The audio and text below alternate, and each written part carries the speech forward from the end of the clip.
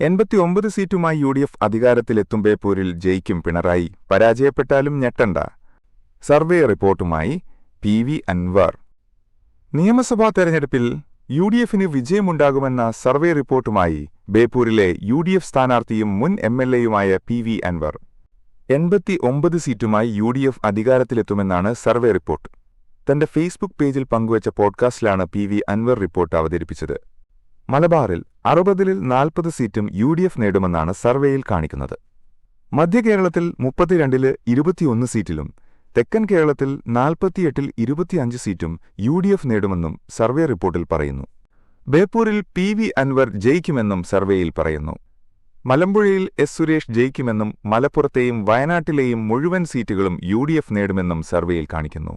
പേരാമ്പ്രയിലും ബാലുശ്ശേരിയിലും എലത്തൂരിലും ശക്തമായ മത്സരം നടക്കുമെന്നാണ് survey report.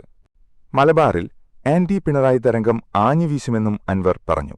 ധർമ്മടത്തും ഭൂരിപക്ഷം 10,000-ലോ അതിന് താഴെയോ വരാം. പിണറായി വിജയൻ പരാജയപ്പെട്ടാലും ഞെട്ടേണ്ട എന്നും അൻവർ കൂട്ടിച്ചേർത്തു.